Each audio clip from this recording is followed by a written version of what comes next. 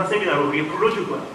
그때 가서 본질과 복음 정리하면 돼. 그분께서 말씀하십니다. 그때 혹하고 넘어갔던 게 그분의 인생의 가장 큰 실수였어요. 아, 정말 그런가 보다 했대요. 그걸 돌아와서 중고등학생들에게 물어보십니다. 얘들아, 우리 부흥한다. 예를 들어 330명에서 300명을 우리가 확장한 다음에 정말 우리가 믿고 있는 그 복음과 본질을 이제 대한민국 땅에 우리가 알리자. 하지만 그 전에 우리가 해야 될 게 있어. 30명에서 300명을 부흥하는 거다. 어떻게 하면 부흥하겠니? 그러니까 아이들이 얘기하는 거에 뻔해요. 목사님, 뭐야? 설교 15분 넘기지 마세요. 아, 그래.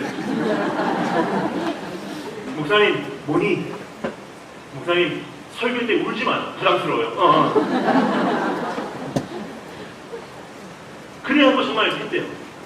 목사님, 깔끔한 설교 하세요. 알겠다. 그리고 정말로 토요일날 오후마다 이제 친구들 데리고 와서 예배하는 그 예배를 드리기 시작했대요. 토요일 오후에 이제 아이들이 친구를 데리고 옵니다. 그리고 이제 이렇게 퍼포먼스 하고 성국 보여주고 동영상 보여주고 춤추고 맛있는 거 주고 소개하고 목사님께서 15분 넘기지 않는 깔끔한 부담스럽지 않은 설교를 하십니다. 그렇게 하니까 목사님 놀라셨대요.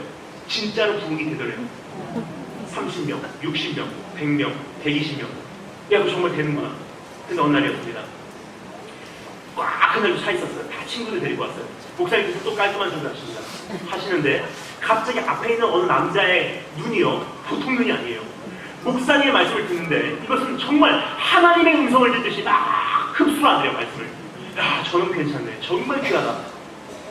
말씀 마쳤습니다. 예배를 마치고 그 친구를 데리고 온 그 학생에게 찾아갔습니다. 야, 네 친구 정말 귀하더라. 제 말씀 듣는 속도가 보통이 아니야. 쟤 어디서 왔니? 쟤는 오늘 처음 교회 왔어요. 그래? 그러면 오늘은 그냥 좀 맛만 보여준 거고 이번 주에 내가 전화를 할 테니까 그 학생하고 목사님 좀 만나게 좀 해줘. 가서 이제 진짜로 원색복음을 목사님이 전해야 되겠다. 목사님 그렇게 할게요. 하고 헤어졌어요. 며칠 안 돼서 목사님께서 그 제자에게 전화를 합니다. 야, 네 친구 있잖아. 걔 좀 만나게 해줄 수 없니? 그 학생이 뭐라고 하는지 아세요? 목사님, 그 친구 그날 교회 갔다 와서 자살했어요. 그 아이는요, 세상에 태어나서 처음이자 마지막으로 교회 온 아이예요. 여기에 진리가 있다면 한번 만나보겠다고 온 아이였어요. 근데 그날 깔끔한 설교 듣고 부담 없는 설교 듣고 눈물 없는 설교 듣고 집에 가서 자살했어요. 목사님께서 가슴을 찢으면서 옷을 벗었어요. 하나님, 난 목사 될 자격 없습니다. 그날로 사역 그만두셨어요. 그리고 정말 오랜 세월 동안 사역을 쉬시다가 어느 날 하나님께서 회복시키시고 다시 불러주셔서 새롭게 사역하셨는데요. 지금 사역 어떻게 하시는지 아세요? 금요일날 되면요, 그냥 아이들 교회로 모이게 합니다. 교복 입고 와요, 아이들이. 그러면요, 돼지국밥, 부산이니까 돼지국밥 한 그릇씩 다 줘요. 그거 먹게 한 다음에 강단에서 그냥 찬송 하나 틀어놓고 너희들이 알아서 해 하고 나오신대요. 그럼 그 아이들이 금요일날 저녁 9시부터 토요일날 새벽 예배 5시까지 어떤 아이는 여기, 어떤 아이는 저기, 어떤 아이는 강단 앞에, 어떤 아이는 의자에 다 뿔뿔이 흩어져서 그 밤을 그 강단에서 지내요. 어떤 아이들은 기도합니다. 어떤 아이들은 졸고 자고 있어요. 그냥 목사님께 말씀하십니다. 그래도 괜찮대요. 그럼 저에게 물어보십니다. 목사님, 제가 이거 왜 하는 줄 아세요? 분명히 오늘 이 가운데는 80% 이상의 아이들은 기도 안 하고 그냥 와서 자고 있어요. 하지만 괜찮아요. 그 이유는 지금 교회에 와서 금요일날 저녁 9시부터 토요일날 새벽 5시까지 자는 한이 있어도 적어도 그 아이는 나중에 알 거래요. 뭘 아냐? 언젠가는 목사인 나도 그 아이의 곁을 떠나는 날이 올 거고, 언젠가는 정말 예수 믿는 부모님인 그 부모님도 그 아이의 곁을 떠날 그날이 오잖아요. 그럼 그 아이가 평생을 이제 어른이 되어 살아가는데 인생의 막다른 골목에 들어서는 것은 거의 여러분 이미 겪어보셨듯이 거의 정해진 사실이에요. 언젠가는 누구라도 인생의 막다른 골목에 들어서게 돼 있어요. 그 순간 누구도 나를 도와주지 못하고 내가 그토록 의지했던 부모님도 안 계시고 나를 그토록 영적으로 먹여주셨던 그 목사님도 안 계실 때 적어도 교회 와서 자던 그 아이들은요, 돌아가야 될 자리는 안 남은 거예요. 내가 어디로 돌아가야 되는지. 여러분, 무엇을 심어주시길 원하십니까? 재미있는 프로그램? 어떤 즐거운 크리스찬 생활? 예수 생명이라는 것은 거기서 탄생되지 않습니다. 완전히 성인인 채로 33살 된 젊은이가 십자가에 달려서 생명을 쏟아버리신 것이 복음이에요. 피비린내 나는 현장에서 탄생된 것이 복음입니다. 그것을 정말 받아들였다면요, 내가 외치는 복음은 냄새가 있는 복음이에요. 받아들이기 거북한 복음입니다. 거기는 받아들이는 자도 있겠고 받아들이지 않는 자도 있게 10년을 쫓아다니면서 간절히 그 아이들에게 섬기지 않으면 받아들이지 않는 복음이 될 수 있다는 사실이에요. 하지만 여러분, 정말 사람을 살리는 것은요, 바로 그런 복음입니다. 그 복음을 내가 받았는지, 그리고 그런 복음을 지금까지 외쳐왔는지, 아니면 그냥 교회 나가라도 교회 이름표만 달아줬는지 한번 내 자신을 살피시는, 혹시나 내 자녀들을 내가 그렇게 키우진 않았나. 여러분, 부모님들 여기 많이 계신데 한 가지 제가 정말 호소를 하겠습니다. 저는 많은 나라를 다니는데요, 정말로 마음이 아픈 것은 대한민국보다도 외국에 계신 부모님들이세요. 이민 생활하느라고 정말 바쁘셔서 열심히 했건만 나중에 살만 하게 되니까, 이민 생활이 안정이 되니까 이제는 정신이 드시는 거예요. 아, 큰일 났다. 내 자녀들이 이제 신앙생활 다 망쳤구나. 이제 제가 가고 집회를 하면요, 그 부모님들이 울면서 저에게 찾아와서 상담을 요청하세요. 목사님, 어떻게 하면 좋습니까? 우리 자녀 처음에 이민 왔을 때 정말 힘든 생활을 할 때 그 아이가 나 따라서 교회 와서 밤새도록 강당 앞에서 잔 적이 있어요. 그 아이 선교회원도 다녀왔고요, 중고등부 학생회장도 했고요, 정말 열심히 교회 다녔어요. 근데 그 아이가 지금 대학을 다니면서 교회를 안 다녀요. 우리 자녀 어떻게 하면 돌아올까요? 그런 상담이, 여러분, 제가 받는 상담의 거의 80% 이상의 상담의 내용이에요. 정말로 그분들께 말씀해드리기를 원하는 것이 뭔지 아세요? 그냥 저는 그냥 기도해드리고, 정말 간절히 기도해드리고, 정말 같이 울어드려요. 하지만 솔직히 그분들에게 말씀드리고 싶은 말씀이 뭐냐면요, 그 자녀는 돌아오지 않습니다. 안 돌아옵니다, 여러분. 거기까지 주님의 좋으심을 맛봤는데도 불구하고 떨어져 나간 자녀는요, 안 돌아옵니다. 유일하게 한 가지 방법은 있어요. 유일한 방법, 뭔지 아십니까? 부모님이, 어머니가요, 해산의 고통을 다시 겪으면 그 자녀는 돌아와요. 하지만 문제가 있습니다. 어떤 문제냐? 거의 모든 부모님이요, 아무리 자녀를 사랑하는 어머니라고 해도요, 자녀를 위해서 영적 해산의 고통을 다시 겪으려고 하시는 분들 극히 소수입니다. 그럼 자녀가 문제가 아닙니다. 부모인 내가 문제예요. 학생이 문제가 아니라 그 학생을 맡은 교사인 내가 문제가 되시죠. 내가 죽으면 자녀가 삽니다. 내가 죽으면 그 학생이 돌아와요. 이것이 주님 나라의 법칙 아닙니까? 하나의 미랄이 땅에 떨어져서 죽지 아니하면 하나의 그대로 있거든요. 죽으면 완전히 됩니다. 문제는요, 열매가 맺어지지 않는 게 문제가 아니라 내가 떨어져 죽지 않았기 때문에 문제예요. 여러분, 사실 교사 세미나라는 게 아무것도 없더라고요. 한 가지 들었고요. 가서 죽으라는 거. 내가 죽으면 삽니다. 내가 무릎으로 살면 그 자녀 돌아오게 돼 있어요. 내가 하나님 앞에서 사생을 떠나면 그 자녀는 주님 부르할 것이고, 일본의 정말 크리스찬이 아닌 일본 사람들이 정말 이런 명언을 어떻게 알았는지 참 대단합니다. 고와 오야노 우시로 수라다오 밑에 수다스라는 말이 있어요. 무슨 뜻이냐면요, 자녀는요, 아빠 엄마의 앞모습 보고 자라는 것이 아니라 뒷모습 보고 자란대요. 우리 엄마가 하나님 두려워하는구나, 나도 저렇게 두려워해야 되는구나. 우리 엄마는 정말 교회에서는 아무 직분 없지만, 그냥 교회에서는 노관이지만, 가정에 와서, 아니 직장에서, 사회에 살면서 우리 엄마 아빠는 정말 하나님 중심적으로 사시는 분이구나. 그러면 그 자녀는요, 하나님을 세워집니다. 반대로 장로님, 권사님, 목사님, 선교사님 자녀라고 해도요, 우리 아빠, 우리 엄마 안에 이중성 있는 것을 목격하잖아요. 자녀들은, 학생들은 굉장히 양심적이기 때문에, 깨끗하기 때문에 그 이중성의 냄새를 맡는 순간 본인에게도 이중성이 있어도 된다고 허락을 해요. 그럼 자녀 교육이라는 것이, 우리 제자 교육이라는 것이 다른 것이 없더라고요. 말하지 않아도 너 나보고 따라와. 난 하나님의 타협이 없어. 너 나보고 따라와. 난 하나님의 사생결도 할 거야. 너 나보고 따라와. 엄마 오늘 밤 너를 위해서 생명 걸 거야. 그보다 위대한 삶이 어디 있습니까? 그래서 우리 주님께서 말씀하실 뭐라고요? 나를 따라오너라. 나보고 따라와. 내 등만 보이게 될 거야. 하지만 내가 너를 위해서 어디까지 희생했는지 한번 봐봐. 내가 너를 위해서 어디까지 달려가는지 한번 봐봐. 그것을 목격한 자들이 세상을 돌파할 수 있습니다. 여러분, 무엇을 심어주길 원하십니까? 어떠한 프로그램입니까? 어떠한 재밌는 어떠한 즐거운 활동입니까?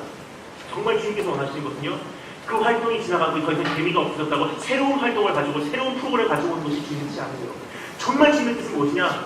다시 배고팠었던 그때로 돌아가라. 여러분, 최근에 들어보신 적 있습니까? 우리 배고팠을 때 여러분 뭐 먹고 자는 줄 아세요? 대한민국 교회의 가장 큰 문제 뭔지 아십니까? 좋은 프로그램이 없는 게 문제가 아니에요. 좋은 말씀이 없는 게 문제가 아닙니다. 여러분, 우리의 문제가 뭐냐면요, 먼저 육적으로 생각하면 이게 정리가 되기 쉬울 것 같아요. 육적으로 우리의 문제는요, 굶어 죽는 게 문제가 아니고 영양실조 걸린 사람 대한민국에 많이 없잖아요.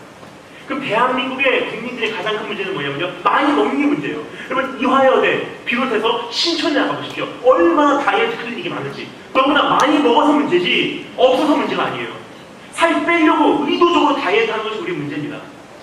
얼마나 많이 먹습니까? 너무나 많이 먹어서 심장마비, 심장병, 너무나 많이 먹어서 비만증, 너무나 많이 먹어서 성인병, 당뇨병. 근데 여러분, 그것 영적으로 똑같더라고요. 우리의 문제는요, 너무나 영적으로 많이 먹어서 영적인 성인병, 영적인 심장마비, 영적인 심장마비를 성경에서 뭐라 그러죠? 양심이 활맞으세요. 예수님께서 나를 위해서 죽으셨다는 사실을 너무나 많이 듣고 나니까 이제는 눈물 한 방울도 자극이 되지 않는 거예요. 양심이 활맞은 거예요. 활맞은 거예요. 영적인 장뇨병, 영적인 비만증.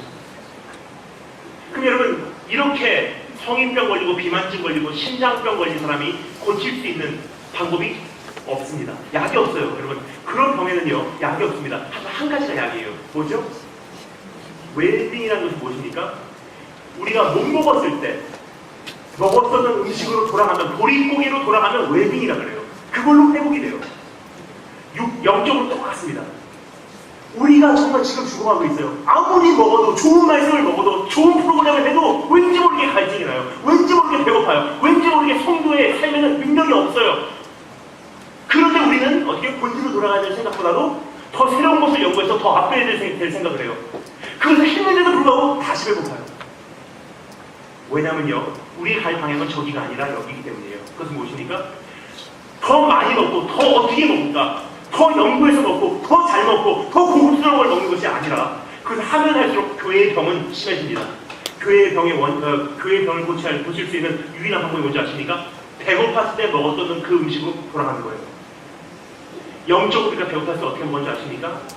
밑바닥에서 한여름에 길이 올라갔는데 가슴을 치며 회개했던 그때가 우리 영혼이 가장 충만했을 때였었어요. 근데 지금 어떻습니까? 최근에 이런 이야기 한 사람 들어보셨습니까? 나 예수님 만나러 다녀오겠습니다. 어디 가세요? 무슨 기도원 다니겠습니다. 아, 그러세요? 그럼 뭐라 그러죠? 나 들어가서 소나무 하나 뽑고 나오겠습니다. 그런 얘기 여러분 들으신 지 얼마나 되셨어요? 10년, 20년 거의 못 들어봤어요. 10년 전만 해도요, 무려 20년 전만 해도요, 산 속에 들어가서 한여름에 소나무 하나 뽑을 만큼 주님과 씨름하지 못하면요, 주님 만나지 못한다는 양심적인 시대가 있었어요. 하지만 지금 어떻습니까? 프로그램으로 주님 만나는 줄 알아요. 어떤 세미나로 주님 만나는 줄 알아요.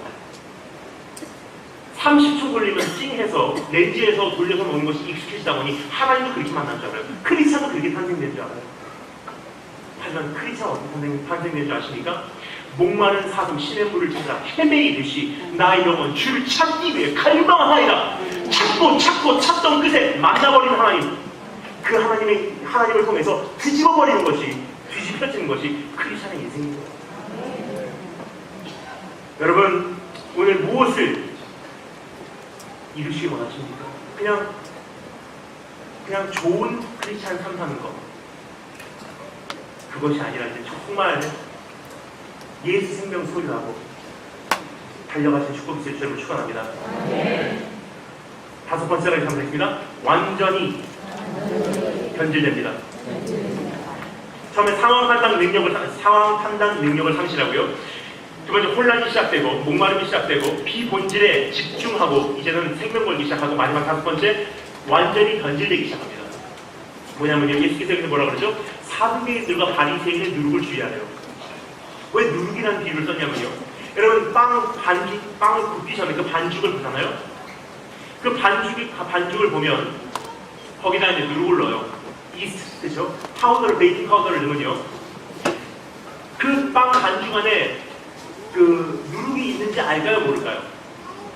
모릅니다. 그 시간이 걸리면서 그 빵 반죽에 누룩이 계속 퍼져 들어가요. 빵 전체에 퍼져 들어갑니다. 그리고 빵이 발효가 되기 시작하면서 질이 전혀 다른 질로 변질이 돼요. 그럼에도 불구하고 우리는 그 안에 누룩이 있는지 없는지 알까요, 모를까요? 몰라요. 언제 알죠?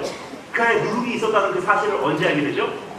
빵을 굽기 위해서 풀물 속으로 넣으면 그 불에게 어떻게 반응을 하는지를 보면 그 빵에 누룩이 있었구나 알 수 있어요. 그럼 우리도 똑같습니다. 내 인생에 누룩이 있는지, 내 크리스천 삶 속에 내 신앙에 어떤 누룩이 있는지 지금 이 상태에서는 알 필요 없어요. 근데 언제 알죠? 마지막 날 풀물 속에 우리를 던지면요, 그 불 속에 어떻게 우리가 반응하는지를 보면요, 내 안에 누룩이 있는 것이 정체가 들어가요. 근데 그날 돼서는 늦지 않아요. 그래서 하나님께서 우리에게 은혜를 주세요. 뭐죠? 그 마지막 풀무불에 들어가기 전에 주님께서 우리의 삶 속에 여러 가지 풀무불을 주십니다. 이것을 성경에서 뭐라고 말하죠? 불같은 시험이에요. 그 불같은 시험을 통해서 내 안에 누룩이 있었는지, 예수 그리스도 외에 다른 것이 내 안에 있었는지 내 자신의 정체성을 살펴볼 수가 있어요.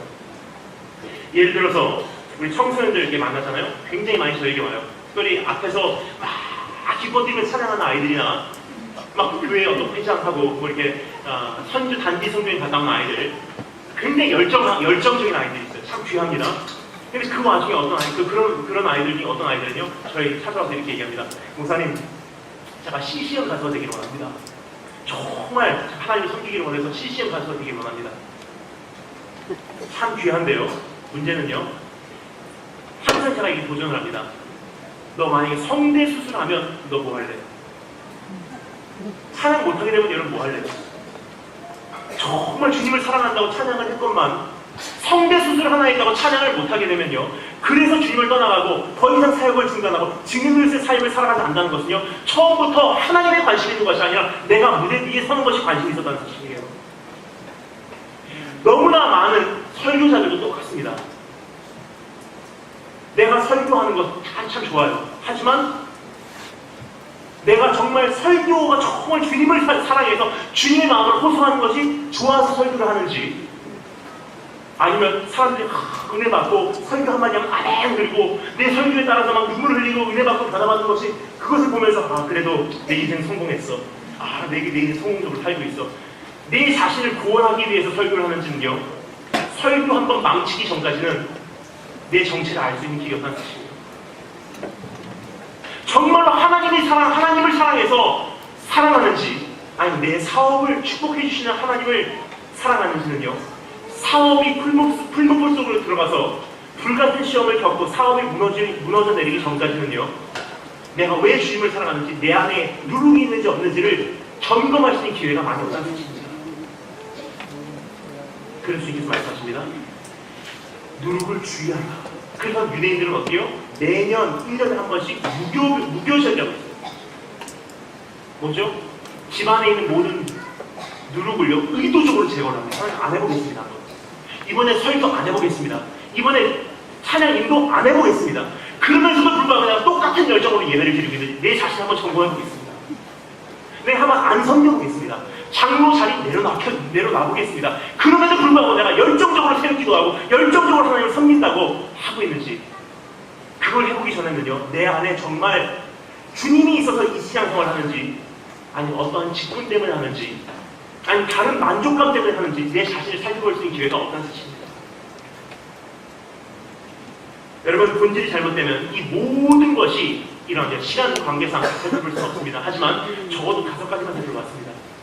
여기까지 살펴본 결과가 무엇입니까? 누룩이 들어와서 본질이 변질되면요, 굉장히 심각하다는 것은 이제 여러분 느끼게 되실 줄 믿습니다. 그럼 이제 어떻게 해야 될까요? 두 번째 따라서 하겠습니다. 본질 회복의 통로. 우리 한번 본질이 회복될 수 있는 통로를 주님께서 우리에게 소개해 주시는데요. 13절부터 16절 말씀 다 같이 한번 한 목소리로 읽어보도록 하겠습니다. 13절부터 16절 다 같이 한 목소리로 읽겠습니다. 시작!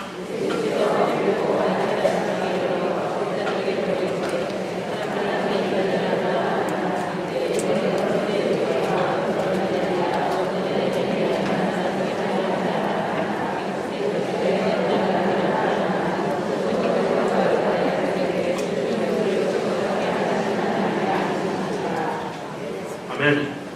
여러분, 첫 번째는 본질이 변질되기 때문에 우리 삶 속에 상황 판단이 되지 않고 혼란이 시작되고 목마르기 시작하며 비본질에 집중하기 시작하고 끊임없이 새로운 프로그램을 연구해야 되기 때문에 굉장히 혼란스럽다는 것입니다. 그리고 완전히 변질돼도 내 자신이 변질된지도 모르고 병을 달려가기 시작한다는 것입니다.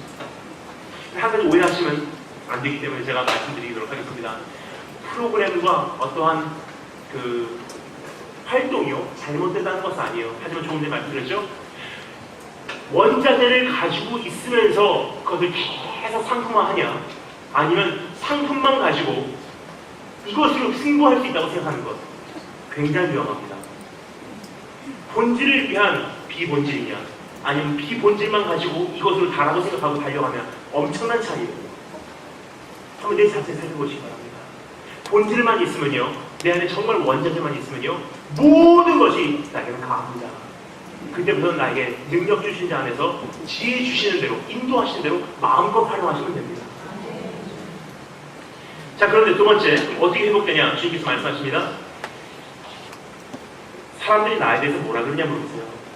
본질이 변질된 것을 주님께서 지적하시고 누룩에 대한 주의를 하신 다음에 주님께서 회복할 수 있는 기회를 주십니다. 그래서 뭐라고 말씀하시죠? 사람들이 나에 대해서 뭐라 그러냐? 신앙 고백을 요구하세요. 왜냐? 본질이 회복될 수 있는 유일한 방법은요, 신앙 고백이에요. 어떠한 신앙 고백으로 내가 주님과 다시 연합하냐에 따라서 바로 살 수 있냐, 바로 살 수 없냐가 정해지기 때문입니다. 주님이 물어보십니다. 사람들이 나에 대해서 뭐라 그러냐? 사람들이 뭐라 그러죠? 엘리야라고 합니다. 또 뭐라 그러죠? 예레미야라고 합니다. 새 요한이라고 합니다. 혹은 선지자 중에 한 명이라고 합니다. 그냥 여러분 이 말씀 그냥 읽고 지나갈 수 있는 말씀이지만 이 말씀을 제가 보는 순간 깜짝 놀랐어요. 엘리야, 예레미야, 새 요한, 선지자 중에 한 명 공통점이 있습니다. 뭐죠? 다 선지자예요. 선지자 역할은 무엇입니까? 이적과 기적을 행하는 거예요. 표적을 행하는 자. 그럼 사람들이 관심이 있었던 예수님은 뭐죠? 본질에 관심이 없었어요. 눈앞에 보이는 예수 그리스도가 행하는 표적에 관심이 있었다는 뜻입니다. 그래서 주님께서 말씀하십니다. 악하고 음란한 새들아, 정말로 볼 건 안 보고 엉뚱한 거 보고 있다. 너무 답답해 하시면서 주님께서 물어보십니다. 자, 너희들은 나에 대해서 뭐라 그러냐? 근데 베드로가 뭐라고 생각하죠? 주는 그리스도시요 살아계신 하나님의 아들이십니다. 그럼 주님께서 너무 놀라시면서 베드로를 칭찬하시는데 그것을 현대말로 표현하면 바로 이런 뜻입니다. 대박이다. 정말 대박이다. 정답이 없었어요. 왜냐면요, 사람들이 본 건 뭐죠? 선지자, 이적과 표적을 행하는 예수를 봤어요. 근데 여러분, 선지자라는 것은요, 참 우리가 정리해야 될 것이 있습니다. 베드로가 뭐라고 고백합니까? 주는 그리스도, 주는 메시아라고 해요. 그럼 그리스도, 메시아 똑같은 단어인데요. 그리스도라는 사람들은 뭐죠? 기름 부음을 받은 자예요. 그럼 그리스도의 삼중 사역이 있습니다. 세 가지 종류의 사람들이 기름 부음을 받았어요. 어떤 사람들이죠? 제사장, 선지자, 왕이에요. 그럼 사람들이 본 것은 예수님의 몇 %죠? 3분의 1밖에 보지 못했다는 뜻입니다. 가장 관심이 있는 부분만 보기로 선택한 거지, 나머지 왕 대신과 제사장 대신은 관심이 없었어요. 그럼 베드로는 목격했어요. 아니에요, 주님.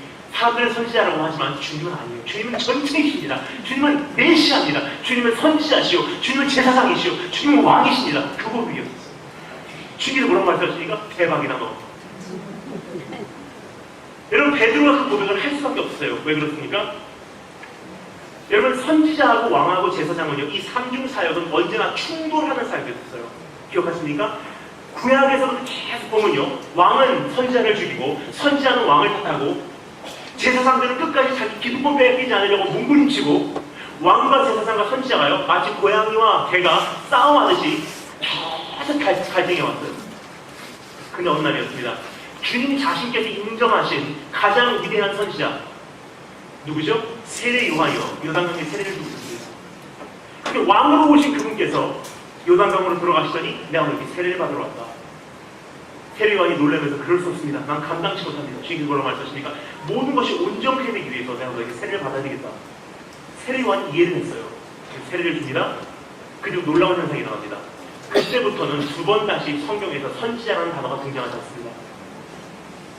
왜죠? 그 순간 예수 그리스도 안에서 왕과 선지자와 제사장이 연합을 해버렸어요.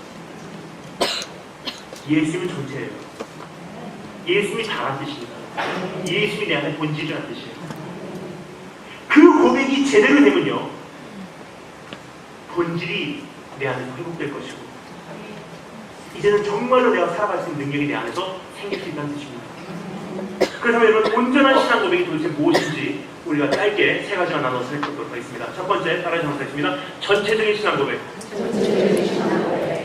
베드로가 뭐라 그러죠? 주님은 부분이십니다? 아닙니다. 주님은 선지자이십니다? 아니에요. 주님은 전체예요. 주님은 그리스도십니다. 주님은 전체예요. 여러분, 즉 우리가 가지고 있는 신앙 고백이요, 전체냐 부분이냐에 따라서 내가 이 한평생을 내가 어떻게 살아갈 수 있냐가 여기서 승부가 난다는 뜻입니다. 여러분이 가지고 계신 신앙 고백, 그리고 여러분이 지금 우리 자녀들에게, 우리 제자들에게 알려주고 있는 신앙 고백이 전체입니까 부분입니까? 예를 들겠습니다. 우리가 익숙한 신앙생활은요, 어떤 신앙생활이냐면요, 이런 예배의 현장을 전제로 한 신앙생활이에요. 하지만 조금 전에 보셨죠? 요 위에 스크린에 본문 말씀이 뜨지 않으면요, 이제는 합독조차 못하는 시대예요. 근데 우리 학생들 보면요, 이미 그 본질 자체가 흐리기 때문에 학생들 보면 어떻게 하는지 아십니까? 땅 끝까지 하겠습니다. 나 땅 끝까지 보내주시옵소서 기도를 해요. 근데 여러분, 저는 사실상 계속 땅 끝까지 갔다 오는 사람이에요. 그럼 제 입장에서 보면요, 굉장히 마음이 아파요. 왜 그러냐면요, 땅 끝의 현실을 제가 알거든요. 여러분, 대한민국만 넘어서 정말로 잃어버린 양들이 있는 곳을 들어가서 중국 북경부터 실크로드를 타고서 땅 끝을 향해서 가잖아요. 가면 갈수록 PPT 환경이 좋아집니까? 나빠집니까? 사운드 시스템이 좋아질까요? 나빠질까요? 근데 우리가요, 사운드 시스템이 좋아지는 것에 익숙하고 PPT는 당연히 뜨는 것이고 이런 예배의 현장이 당연히 있는 것으로 이제 전제로 우리가 신앙생활을 하기 때문에 우리는 이제 땅끝 선교를 우리를 통해서 이룬다는 것은요, 굉장히 그것은 다시 한번 기도하고 무릎으로 우리가 나가지 않으면 안 되는 우리 숙제예요. 근데 여러분, 중국 사람들 어떻습니까? 숨어서 예배드려요. PPT 없습니다. 성경 거의 암기하고 있어요. 그럼 그 사람들이 땅 끝까지 가고 이란 이라크에서 복음 전하는 것과 내가 가서 대한민국의 신앙 배운 내가 가서 복음 전하는 것과 누가 더 영향력이 있을까요? 그럼 주님 안에는요, 대한민국의 형태의 예배만 있습니까? 미국 형태의 예배만 있습니까? 호주의 힐송 형태의 예배만 있습니까? 아니면 동시에 지하교회, 중국교회, 이슬람교회, 그런 예배도 주님 마음 안에는 다 있습니까? 다 있어요. 그럼 전체적인 메시아 예수 그리스도와 내가 연합했다면요, 이렇게도 할 수 있어야 되지만 저렇게도 할 수 있어야 돼요. 정정이 되면 예배 못 드는 시대입니다. 이제. 그러면서 여러분, 이제 어떻게 환란의 시대를 감당하시려고 합니까? 그러면 이제 정말 우리 학생들을 만들어내서 정말 주님의 일꾼으로 우리가 세우기 원한다는 것은요, 적어도 내 머리 안에는 총사진이 있어야 돼. 한 이런 모습으로 만들어내기 원합니다. 근데 문제는 내 자신이 오늘 이렇게 예배드리는 이 형태가 영원히 갈 것 같이 전제로 우리가 예배를 드리기 때문에 이 아이들을 하나님 앞에서 환란의 시대를 대비시키지 못한다는 뜻이에요. 언젠가 정전돼도 예배 드릴 수 있는 사람들, 눈 뜨고 기도하지 못하는, 눈 감고 기도하지 못하는 날이 있으면 걸어가면서 눈 뜨고라도 기도할 수 있는 사람들을 만들어내는 거죠. 여러분, 중국에서 제가 사역할 때 어떻게 기도하는 줄 아세요? 중국에 사역할 때 중국 사역자를 만납니다. 숨어서 모일 때는요, 정말 절실히 기도할 때도 있지만 때로는 상황상 기차 안에서 모임을 해야 될 때가 있어요. 그럼 기차에 이동을 합니다. 그러면 그 중국 가보신 분들 아시겠지만 침대차 타잖아요. 침대가 3칸이에요. 그러면요, 저하고 제 동역자는 예를 들어서 제일 밑에 칸인데 바로 위칸 별의별 사람들이 다 타 있어요. 김일성 배지 달고 있는 북조선 사람들 타 있을 때도 있고요. 무슬림 선교사들, 이슬람 상인들 같이 그 착합니다. 그럼 저희들 어떻게 하는지 아십니까? 절실하게 우리 눈 감고 기도하겠습니까? 아니에요. 제 동역자 대신 그 형제하고요, 라면 먹으면서 눈 뜨고 기도해요. 하나님 함께 해주세요. 성찬식 어떻게 하는 줄 아세요? 기차 타고 이동하면서 위에는 무슬림들, 밑에는 김일성 배신한 사람들, 그 사람들 사이에서, 그 현장에서, 그 현실에서 그대로 성찬식을 할 수 있는 정도의 준비가 돼 있어야 된다는 것입니다. 여러분, 정말로 주님과 연합을 했다는 것은요, 내 안에 전체적인 예수 그리스도가 들어온다는 뜻이에요. 한 부분이 아닙니다. 그분이 정말로 들어오면 어떻게 되죠? 현실이 문제가 아니게 돼요. 한국에 던져놓으면 살아나요. 미국에 던져놓으면 살아나요. 이라크에 던져놓으면 살아나요. 아프간에서 던져놓으면 전도해요. 이게 뭐죠? 세상이 감당치 못하는 자입니다. 그럼 내가 세상이 감당치 못하는 자가 아니라 선교에 잠시 가도 김치 가도 가야 되는 사람이라면 내가 온전히 연합을 못했다는 뜻이에요. 또 한 가지 예를 들자면요, 중국에 가서 사역을 하는데 가장 큰 문제가 뭐냐면요, 보통 우리 중국에 잠깐 단기 선교에 오신 분들 보통 뭐라고 말씀하시죠? 하는 중국의 공산주의가 무너져서 이제 마음껏 선교할 수 있는 그런 날이 우리에게 허락되기를 원합니다. 그럼 아멘 그래요.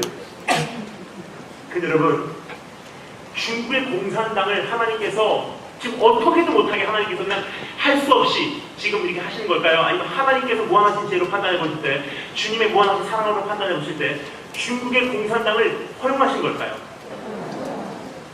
그럼 복음이 뭔지 아십니까? 복음, 이사야 선지자 뭐라고 말하죠?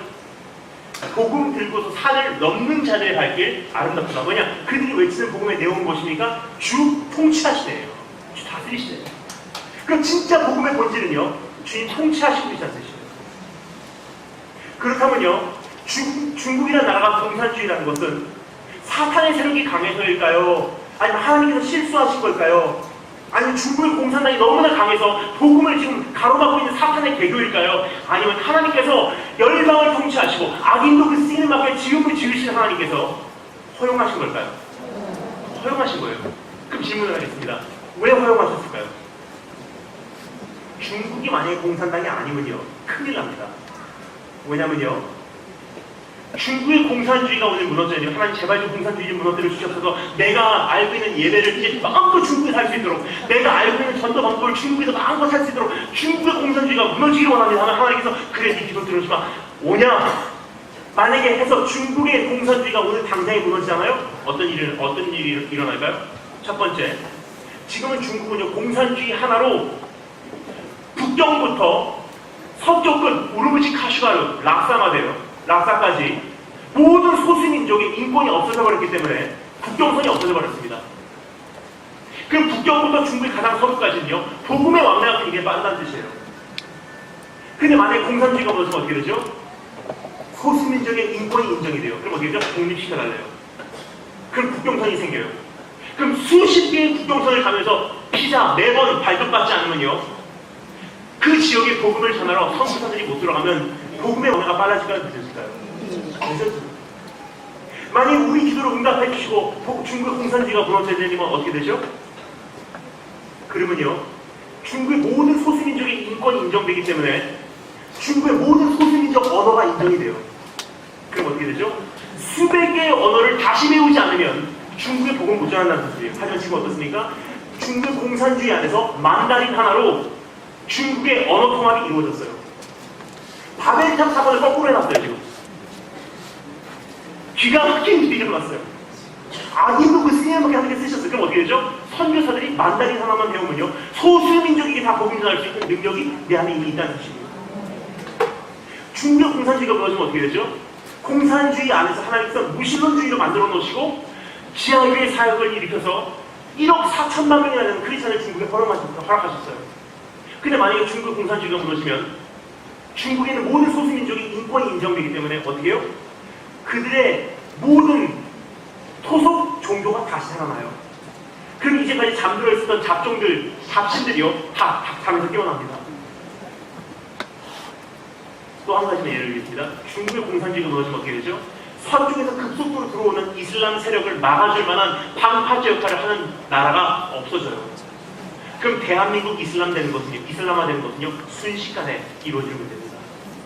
그럼 하나님의 무한하신 지혜로 판단해 보실 때, 하나님의 무한하신 사랑으로 판단해 보실 때, 중국이라는 나라를 허용하셨어요. 이렇게. 그것을 정말 안다면요, 그분과 내가 정말로 전체적으로 결합을 했다면요, 선교사의 역할은 무엇입니까?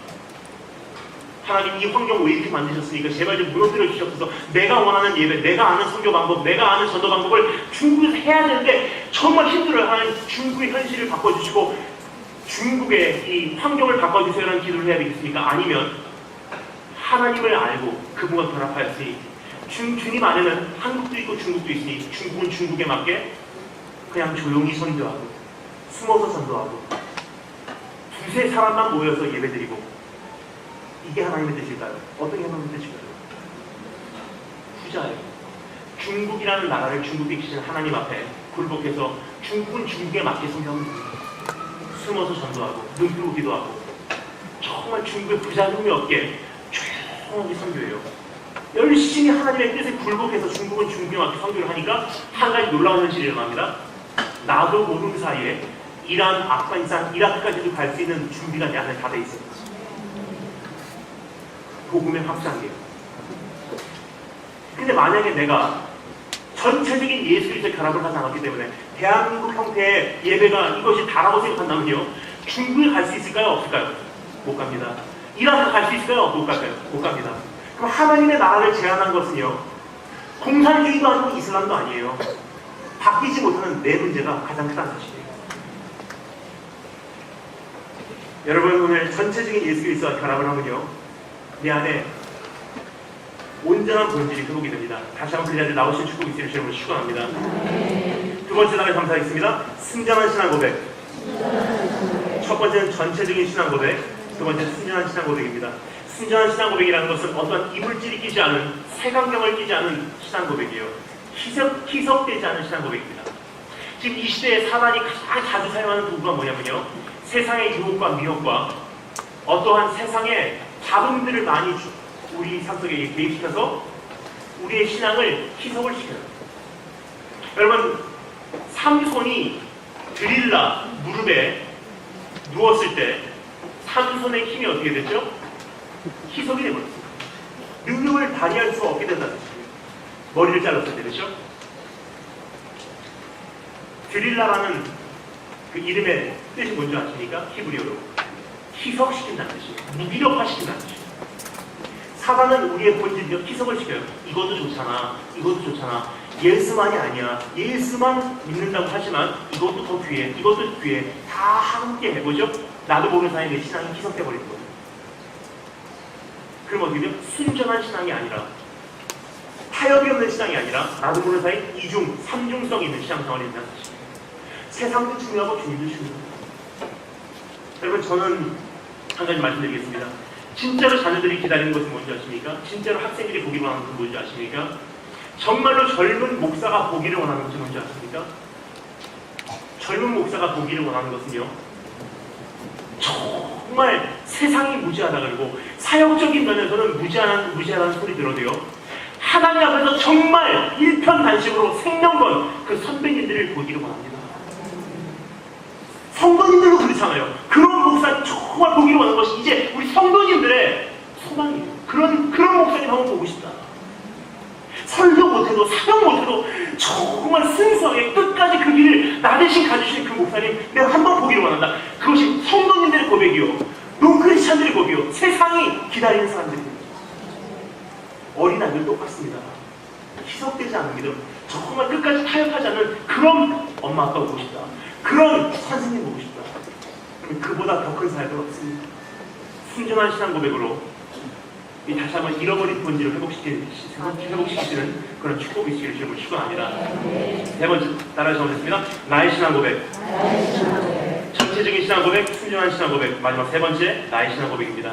결국 주님께서 물어보시는 것은 사람들 말고 너는 나에 대해서 뭐라 그러냐는 거예요. 여러분 오늘 주님께서는 나에게 어떠한 존재인지 한번 다시 한번 살펴보시고 그 어떤 사람의 신앙이 아니라 오늘 이 시간 내 신앙, 우리 자녀들에게 누구의 신앙이 아니라 각자 한 사람 한 사람 내 주님 내가 만나고 내 안에 계신 생명수 내가 마시는 이 한 시대 넉넉히 감당하신 축복기를 저는 축원합니다. 시간이 다 됐기 때문에 마지막 한 가지 짧게 살펴보고 마치겠습니다. 우리가 살펴본 것은 본질이 변질된다는 것이고요. 두 번째는 본질이 회복되기 위해서는 온전한 신앙 고백이 고백되어야 된다는 것이고, 마지막 세 번째는 본질 회복을 했을 때의 결과입니다. 그 결과의 그 범위는 어디까지, 본질이 회복됐을 때 그 범위는 어디까지 영향을 받냐, 한번 살펴보겠습니다. 마지막 17절부터 20절 말씀 마지막으로 함께 읽겠습니다. 다 같이 한 목소리로 읽겠습니다. 시작!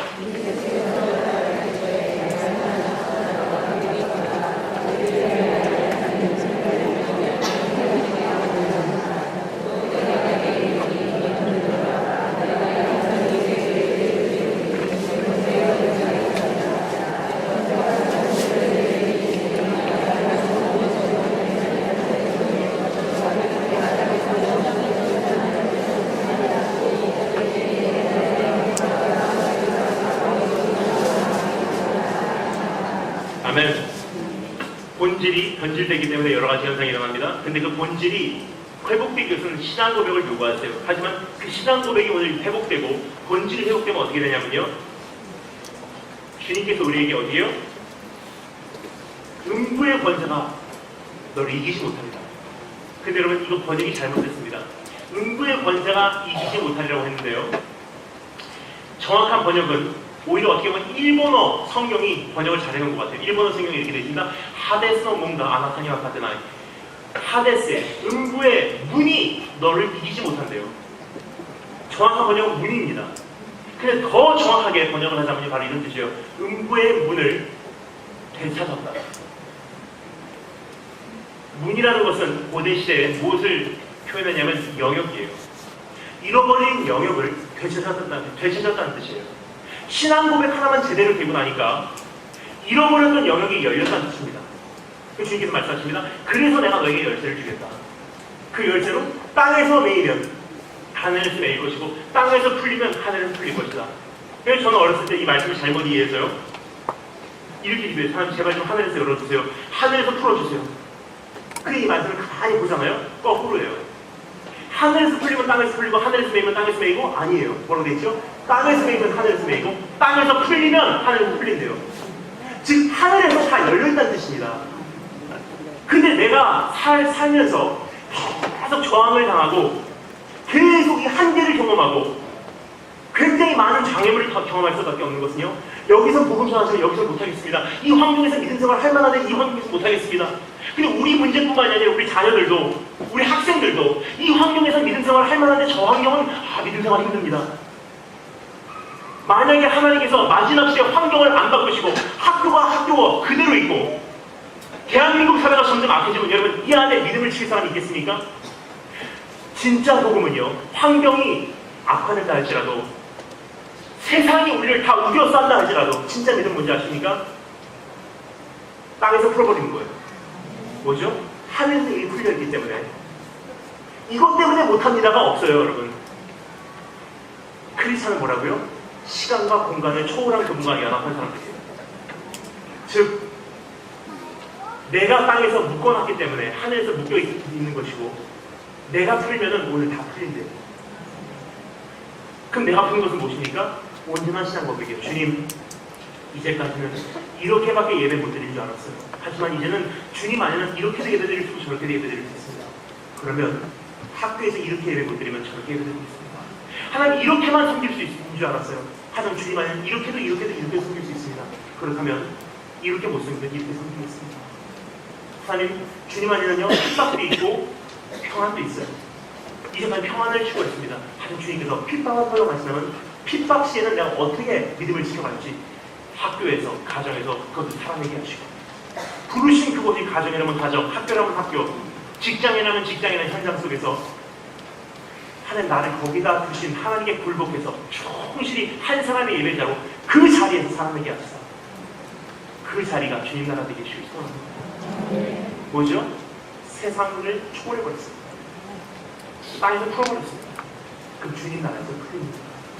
오늘 신앙 고백 회복하시고 본질을 회복하시고 열려진 열망을 이제 다시 한번 복음으로 정복하시는 축복이 있으길 주님을 축원합니다. 다시 기도하겠습니다.